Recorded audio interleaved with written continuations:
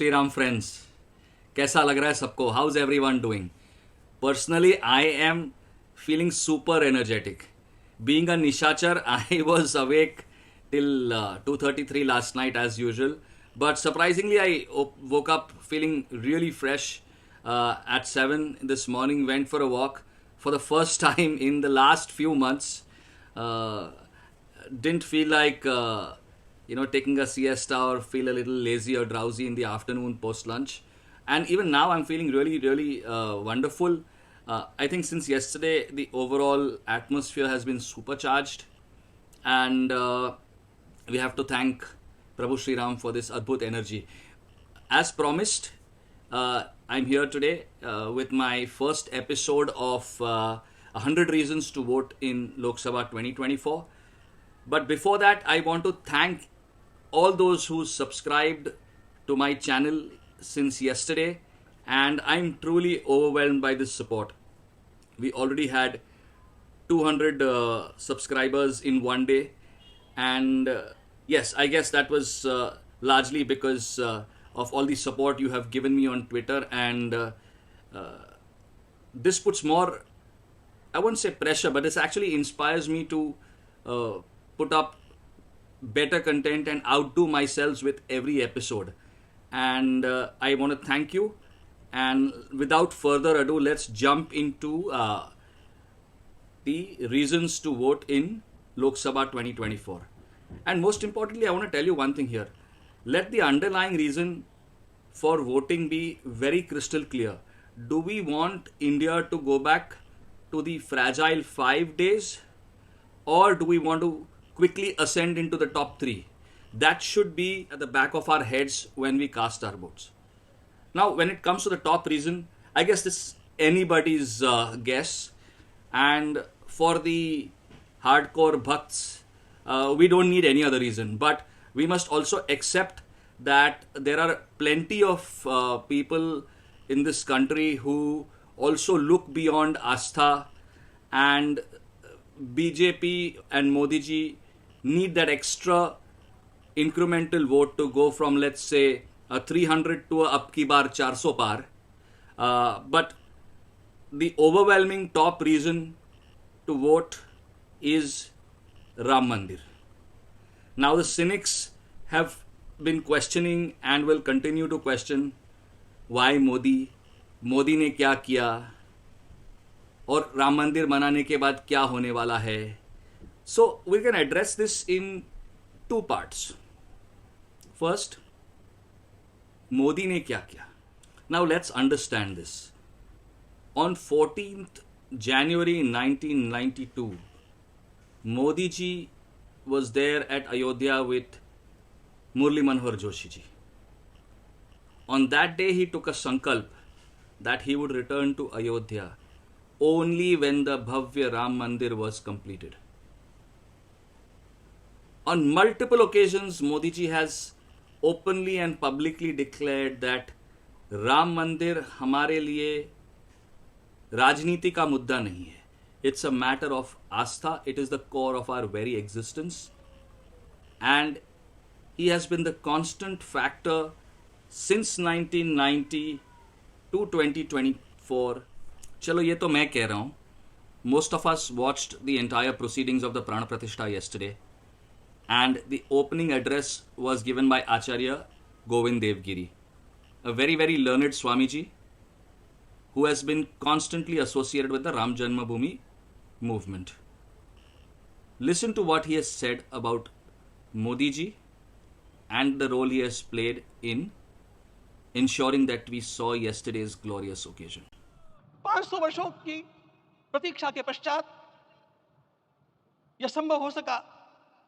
इसके जो अनेक कारण हैं, उनके ऊपर तो आलोक हमारे सारे सम्माननीय अभ्यागत डालेंगे ही. मैं केवल एक काम के लिए यहां पर खड़ा हूं, छोटा सा काम. कारण तो अनेक होते हैं, लेकिन अनेक कारण मिलते मिलते आखिर वे एक विशिष्ट स्तर तक पहुंच जाते हैं, और उस स्तर पर कोई महापुरुष हम लोगों को उपलब्ध होता है, और उस विभूति के कारण युग परिवर्तित हो जाता है. इस प्रकार का परिवर्तन लाने के लिए अपने जीवन को साधना पड़ता है। और इस प्रकार जीवन साधने वाले हमारे इस देश की परंपरा के अनेक महान रत्नों में आज हम लोगों को समय की आवश्यकता, युग की आवश्यकता, सनातन के अंतःकरण की आवश्यकता के रूप में हमारे सम्माननीय प्रधानमंत्री जी प्राप्त हुए हैं। यह केवल इस देश का नहीं, यह संपूर्ण विश्व का सौभाग्य है कि आज एक ऐसा राजदर्शी हम लोगों को प्राप्त हुआ। Many will still ask, okay, but what did Modi specifically do? Now, let's get to the brass tacks, okay? This matter has been in the courts for decades. It's been the same petitioners, the same opponents, the same courts. What changed? The government. If you remember Ma Sadhvi Ritambara's famous dialogue, Lok Sabha बासंती चोला जिस दिन पहन के आएगी, गली गली मेरे भारत की वृंदावन बन जाएगी। काशी, मथुरा और अयोध्या ने एक साथ ललकारा है, कहो गर्व से हम हिंदू है, हिंदुस्तान हमारा है। You will recall that initially Supreme Court had refused to fast track the Ram Janmabhoomi matter. Congress leader, counsel for the opponents, Kapil Sibal, had in fact requested Supreme Court to defer the hearings until after Lok Sabha 2019 elections. Modi ji in fact resisted pressure from within the support group, within the organization to bring out an ordinance and said, no, I have faith in the judiciary. He ensured that Supreme Court took up this matter on a daily hearing from August 6, 2019. Many of us would not know that the task ahead of the petitioners was gigantic. There were over 1.5 lakh documents in multiple languages. Foreign languages, ancient Indian languages like Pali, Magadhi.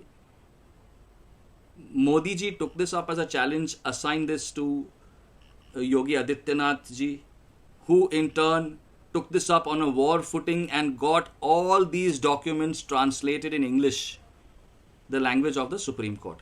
Twitter user Shashank Shekhar Jha, his handle is up in the screenshot, has put up a detailed thread on how this was enabled.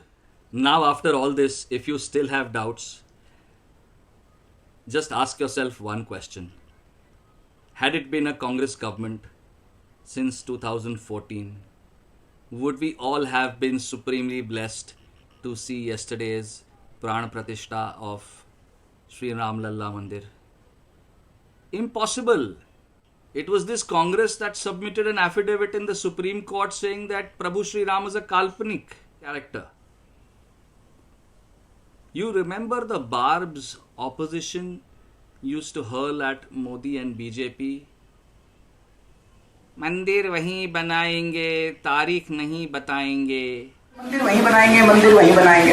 हम कहते जी कब बनाओगे, कहते date नहीं बताएंगे। राम लला हम आएंगे, मंदिर वहीं बनाएंगे, तारीख नहीं बताएंगे। मंदिर वहीं बनाएंगे, सोच के बोलिएगा। देखिए मंदिर का सवाल है, सोच के नहीं बताएंगे। मंदिर वहीं बनाएंगे लेकिन तारीख नहीं बताएंगे।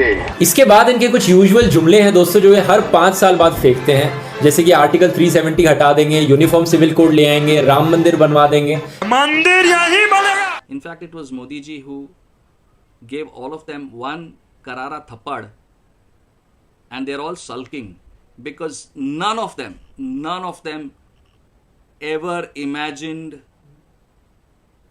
the impact of yesterday's occasion. Now the second question, Ram Mandir बनने के बाद क्या होने वाला है? If you recall yesterday, I said Ram Mandir Pran Pratishtha was symbolic of Bharat Mata reclaiming her swabhiman. We have seen the sudden surge of energy amongst all Bharatvasis. A confident nation can do wonders, productivity improves, but these are all subjective outcomes. Okay, let's get to the brass tacks. Mandir economics is massive. We have not tapped this to its fullest, largely because we've had a Hindu-phobic government at the center for the last 6 decades. It's only after Modi ji has come in that we have seen so many developmental efforts directed at boosting tourism, making our Tirtha Kshetras more accessible. A case in point, prior to the Kashi Vishwanath corridor, the Mandir used to see about 80 lakh visitors each. Now, it sees, take a guess, 7 crore. Okay, Mahakal Lok corridor has seen a 4-fold increase. So we can imagine what would happen to Ayodhya. Oh, unbelievable. Just 6 temples collect over 25,000 crores in their hundi collections. Now, to put this in perspective, center's revenue is about 20 lakh crores. The National Sample Survey Office pegs the Mandir economy to be at about 3 lakh crores or $40 billion, which is approximately 2.3% of our GDP. They also say that the annual expenditure incurred by religious tourists domestic across India annually is about 4.75 lakh crores. Government of India plans to attract over $100 billion in FDI. Where is it going to come from? It's taking a lot of initiatives, and tourism and the infra around temples is going to play a major role in attracting this FDI. So many things are happening around a Tirtha Kshetra. As tourists increase, the number of hotels, other activities, people open small shops for prasad, for agarbattis, for flowers, transport, everything, all the allied businesses around travel tourism get a massive impetus. Jobs are created. Travel and tourism accounts for about 80 million jobs. So this is all, these people saying, where are the jobs going to come? Mandir doesn't give jobs. They have no clue what this is going to do to the economy. So I hope I've been able to give you the first solid reason to go out and cast your vote and make a difference. If you like this video, please don't forget to share, like and subscribe. Hit the bell icon. I've got to get used to saying this. And I will see you tomorrow with reason number 2 on Politics Ke Sur with Besura Tansen. Until then, Shubhratri, Jai Hind, Jai Shri Ram, friends.